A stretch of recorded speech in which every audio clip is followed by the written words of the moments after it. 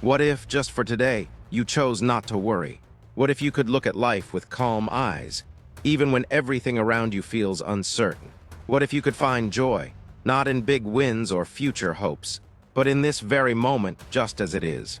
Welcome to Wisdom of Sparks, where ancient wisdom meets modern restlessness, and where we help you reconnect with the deepest truth of all, that happiness has never been outside you. Today, we'll explore the timeless question that every single one of us asks. How do I stop worrying and start living with peace and joy every single day? We worry about the future. We worry about the past. We worry about things we control and those we don't. We worry about our careers, our relationships, our health, our children, the world, our worth. And we've accepted this constant inner noise as normal. But what if it's not? What if there's a path, a real, clear, time-tested path that teaches you how to dissolve your suffering, not escape it? A path where worry has no power over you, where you don't need to fake happiness, you become it. That's what Buddhism offers, not just a religion, not just meditation or mindfulness buzzwords, but a practical, clear, and radical shift in how you see your mind, your emotions, your fears, and most importantly, yourself. In this journey, we'll uncover why the mind gets addicted to worrying, the real cause of your suffering, as taught by the Buddha, the Four Noble Truths, not as philosophy, but as direct guidance for your everyday life, the practice of letting go not by force, but with deep wisdom, how to replace worry with presence, and how to rewire your inner world with loving kindness, compassion, and clarity. But this isn't just a lecture, it's an invitation to go deeper, to pause, to sit with your own heart, to understand that you are not broken, you are not weak, you are not alone. You're simply not yet awakened to the truth of your own power, the peace that's already within you. This video is for the overthinker who can't shut their mind off at night, the mother who smiles for her kids but cries in silence, the student paralyzed by fear of failure, the dreamer who feels stuck in a storm of what-ifs, the seeker who wants something deeper than surface-level fixes.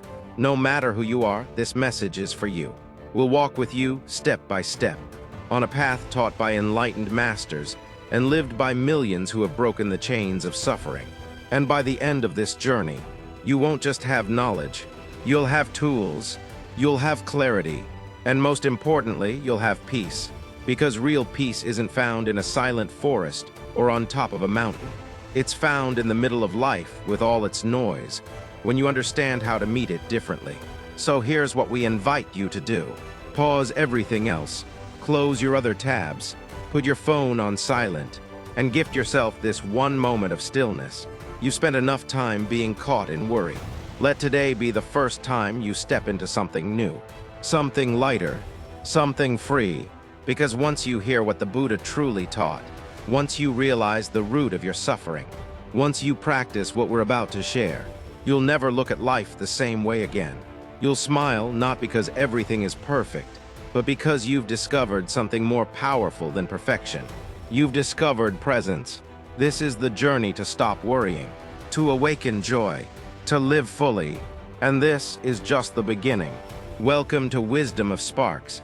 Let's begin. Part 1, the real cause of worry, the Buddha's first teaching. Let's go back to over 2,500 years ago. In the quiet forests of India, a young prince named Siddhartha Gautama left behind his luxurious palace, his titles, and even his newborn son. Why? Because he saw one thing clearly, that no matter how rich or powerful someone is, no one escapes suffering. He saw sickness, he saw old age, he saw death. And he asked the question many of us avoid: why do we suffer? After years of deep meditation and struggle, Siddhartha became the Buddha, the awakened one. And his very first teaching was this: life contains suffering. Sounds depressing? Not at all, because what he said next is even more powerful. There is a cause of suffering. There is an end to suffering. And there is a path that leads to that end. This is the foundation of Buddhism, the Four Noble Truths. Now let's relate this to our everyday life. We suffer not because of what happens to us, but because of how we cling to things, clinging to how we want life to be, clinging to control, clinging to certainty, clinging to the past or to imagined futures. Worry is a form of clinging. You're clinging to the belief that if you don't worry, things will go wrong. But worry doesn't fix tomorrow, it only steals today. Part 2, a story from Buddha's life, the arrow of suffering. One day, a disciple asked the Buddha, "Why do people who follow your teachings still feel pain?" The Buddha smiled and said, "When someone is struck by an arrow, it hurts, but imagine if that person was struck by a second arrow, right where the first one hit. That pain would be far greater." He explained, "The first arrow is the pain of life, sickness, failure, heartbreak. But the second arrow is what we do to ourselves afterward, the worry, the fear, the mental punishment. And most of us are always shooting ourselves with that second arrow. So the path to peace begins by noticing, are you holding the second arrow? Next time something happens in your life, a job loss, a rejection, a missed opportunity, ask yourself, am I suffering because of the event, or because of the story I'm telling myself about it? That awareness is the beginning of freedom. Part 3, the power of presence. You are not your thoughts. Here's a truth that can change your life. You are not your thoughts. The Buddha taught that the mind is like a monkey, always jumping, always restless. Thoughts come and go. Emotions rise and fall. But underneath all of that noise is something deeper, your awareness. Try this. The next time a worrying thought comes, don't resist it, just observe it. Say to yourself, oh, there is worry, oh, there is fear. This simple shift, from being in the thought to observing the thought, creates space. And in that space, suffering dissolves. One of the Buddha's greatest gifts to the world was vipassana, insight meditation. Through this, you watch the breath, watch the body, and slowly, the mind starts to settle. You realize, you are the watcher, not the worry. You are the sky, not the clouds. Part 4, the practice of letting go, a Zen parable. There's a famous Zen story. 2 monks were traveling. At one point, they reached a river and saw a woman who couldn't cross. One monk, without thinking, carried her across the water.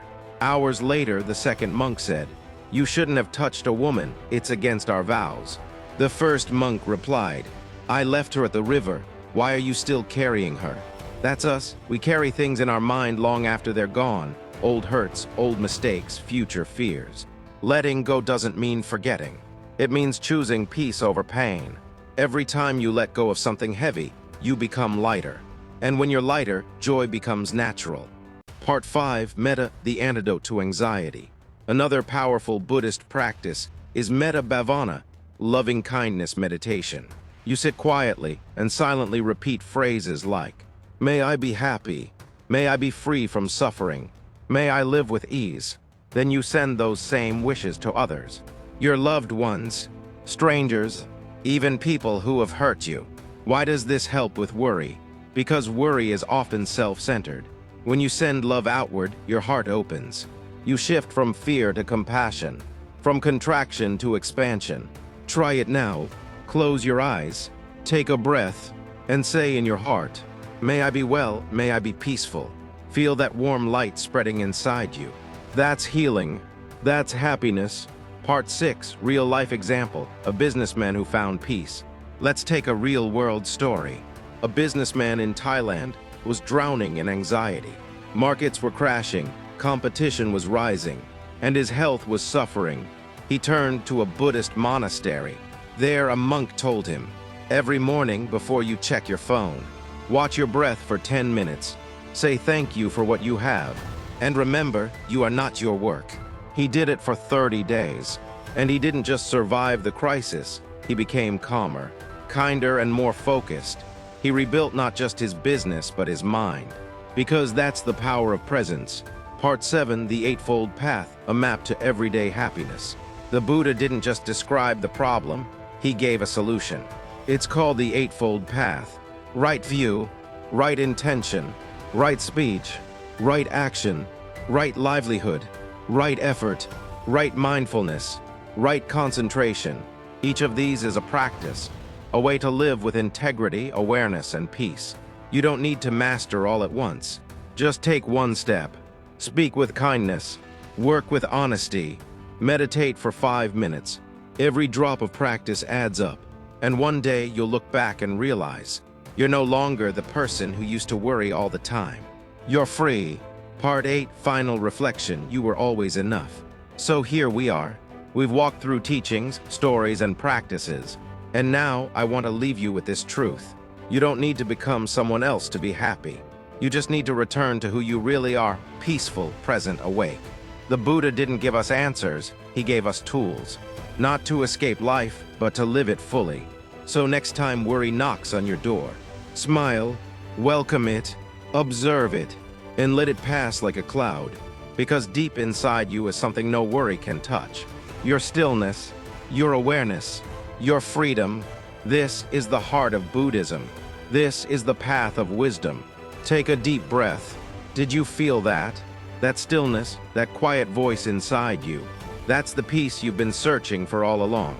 Throughout this journey, you've heard the ancient whispers of the Buddha. You've listened to stories that echoed truths we so often forget. You've learned that worry is not the enemy. It's just a visitor that only stays when we forget who we are. So now I ask you, what are you worrying about? Is it the uncertainty of tomorrow? The mistakes of your past? The pressure to be perfect, strong, successful, all at once? Look closer, none of that is happening right now. Right now, in this exact moment. You are breathing. You are safe. You are aware. That's enough, because this moment is the only truth there ever was. Buddha said, the mind is everything, what you think you become. So why become your worry, when you can become your peace? Maybe the world hasn't changed yet. Maybe your problems still exist, but you're not the same anymore. Now you see that suffering was never permanent, that thoughts are like clouds, they pass, and beneath them, the sky of your mind is always clear. Now you understand that letting go doesn't mean you give up. It means you choose peace over control. That happiness is not in the next job, relationship, or achievement. It's in how you see everything you already have. And that true strength isn't how loud you roar. It's how silently you sit when the storm rages inside you and smile anyway. Let me leave you with a story. There once was a monk who carried a heavy bowl filled with water.